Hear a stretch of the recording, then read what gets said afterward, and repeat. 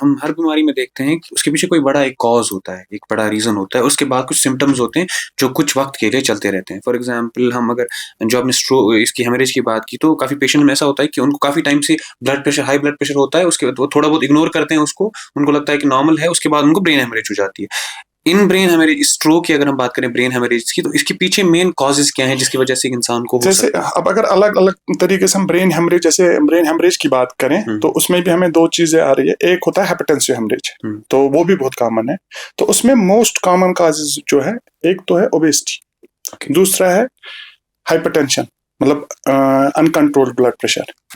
तीसरा जो कॉज़ है उसमें, अगर पेशेंट को किडनी डिजीज सीकेडी है, तो उन पेशेंट्स में भी ब्रेन हेमरेज का बहुत ज्यादा चांस होता है। या मतलब जितना ज्यादा ब्लड प्रेशर प्रोलॉन्ग टाइम पे रहता है और ओबेसिटी है, तो ये लोग हमने बहुत देखे हैं। यंग एज की मैं बात कर रहा हूँ, मतलब 30, 40, 50 में किन लोगों को ब्रेन हेमरेज हो जाती है, जिसको ब्लड प्रेशर की वजह से ब्रेन हेमरेज।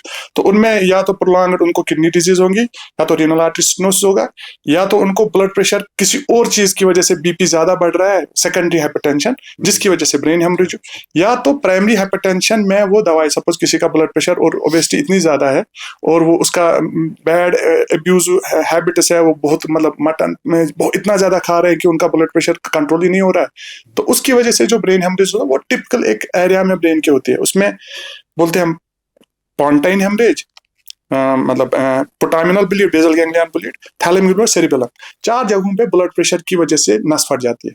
वो होती क्या है, वो बहुत पतली ब्लड वेसल्स होती है, जिनको बहुत टाइम, ये एक दिन नहीं फटता है, बहुत टाइम अगर ज्यादा ब्लड प्रेशर रहता है, साल 2 साल 3 साल, वहां वो ब्लड वेसल्स के उनको एन्यूरिज्म्स बन जाते हैं, बुचार्ड एन्यूरिज्म बोलते हैं। वो फिर एक दिन आ जाता है, वो फट जाता है। एक दिन नॉर्मल लोगों को लगता है आज ब्लड प्रेशर चढ़ गया, उसकी वजह से वो फट गया। वो बहुत टाइम से एक पैथोलॉजी चल रही थी, ब्लड प्रेशर कंट्रोल नहीं होता है, फिर एक टाइम आ जाता है, वो बुचार्ड अब गिव अवे कर देता है, तो ब्रेन हेमरेज हो जाती है। ये हाइपरटेंसिव। अब जो दूसरा हमने बोला कि एटिपिकल ब्रेन हेमरेजेस, सपोज 40 साल के नीचे किसी को भी ब्रेन हेमरेज होगी, तो उसमें सबसे ज्यादा इंपॉर्टेंट काज यही है, जिसको हम बोलते हैं एन्यूरिज्मल ब्रेन हेमरेज। कभी वो पैरेन्काइमल हेमरेज हो सकते हैं, कभी वो सबएक्नाइड हेमरेज हो सकती है। उसमें मतलब अगर किसी को कभी भी फैमिली में शक हुआ कि इसको एन्यूरिज्म था, तो हर एक फैमिली के मेंबर को इवैल्यूएट करना पड़ेगा। उसमें एक सीटी एंजियो करते हैं पहले ही, फटने से पहले। हमारे पास 2 टाइप के पेशेंट आते हैं, एक आते हैं कि जिनको ऑलरेडी सब हेमरेज हो गई है, वो पेशेंट ट्रीट करना बहुत डिफिकल्ट होता है।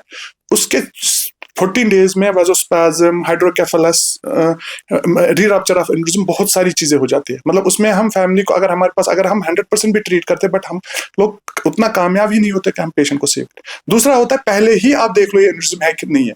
अगर किसी को भी पहले ही पता चल जाता है एन्यूरिज्म, उसको भी हेमरेज नहीं, वो इजी ट्रीट करना होता है, उसको तो सील ही करना है ना एन्यूरिज्म को। और एक चीज है जैसे ड्यूरल एवीएम, ब्लड वेसल्स में कनेक्शंस में प्रॉब्लम होती है, तो वो फट जाते हैं।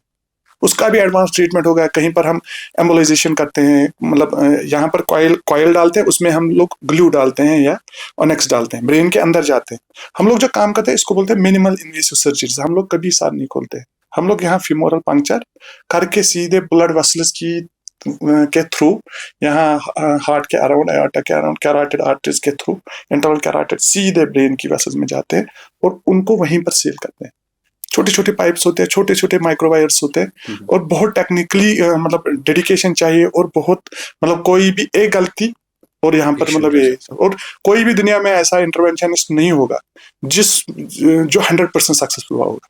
मतलब ये लोग, ये डिजीज ही इतनी खतरनाक है कि मतलब इसमें आपको 5%, 3%, 5% रिस्क पे चलना ही पड़ता है। और ये डिजीज ही इतनी, सबसे बड़ा प्रॉब्लम जो ब्रेन का है, ये क्लोज स्पेस है, हड्डी ऊपर से है। इसमें ब्रेन टिश्यू जो है वो 85% है, और 15% में ब्लड जो ब्रेन में सप्लाई होता है वो, और सीएसएफ जो वहां पर फ्लूइड निकलता है वेंट्रिकल स्पेस में, इतना ही ब्रेन का स्पेस है। अब इसमें अगर 10 ml भी ज्यादा किसी के बढ़ गए, सपोज ब्रेन हेमरेज हो गया, एडिशनल 10 ml, तो उतने में पेशेंट का हर्निएशन हो जाता है। तो ब्रेन टॉलरेट नहीं करता है कोई भी एडिशन। ट्यूमर अगर बढ़ गया, तो मतलब ब्रेन के ट्यूमर में क्यों खतरा होता है कि वो ब्रेन जो स्पेस है, क्योंकि यहाँ पर मतलब क्लोज स्पेस बहुत, उसको फिर मतलब